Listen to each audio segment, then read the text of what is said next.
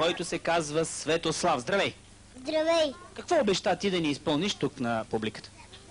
За розовата пантера. А в публиката нещо друго ми обеща да изпълниш. Какво беше то? За тигре, тигре, матата ми каза да изпее за розовата пантера.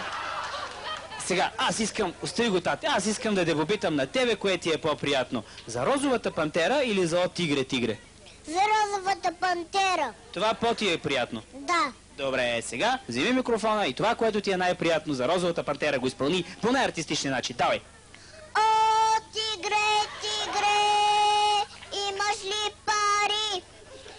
Имаш ли пари? Стари бабички.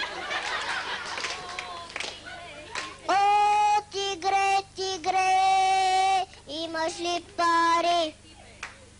Имаш ли пари? Хубави жени. Това ли е за розовата пантера? Добре. Светославе, тази песен ти откъде си е чувал? От тигрите? Да. Тигрите ли я пеят тая песен? Не. А ти искаш ли като станеш голям да станеш тигър? Не. Добре. А какъв ще станеш като станеш голям? Дилър. Дилър! Чакай сега, това е много странна професия. За първи път чувам дете да иска да стане дилър. И какво означава да си дилър? Кой дилър познаваш? Кой е дилър? Станчо е там. Станчо е дилър. И ти искаш да станеш дилър като Станчо? Да. И какво прави Станчо като е дилър? Обича шума на парите.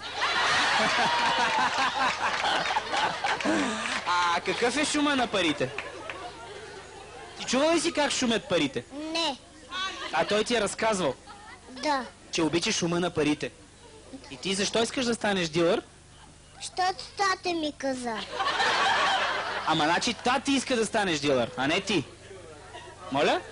Да. Ясно. А ти какъв искаш да станеш? Не искам да се стане Батман, но тата иска да стане дилър.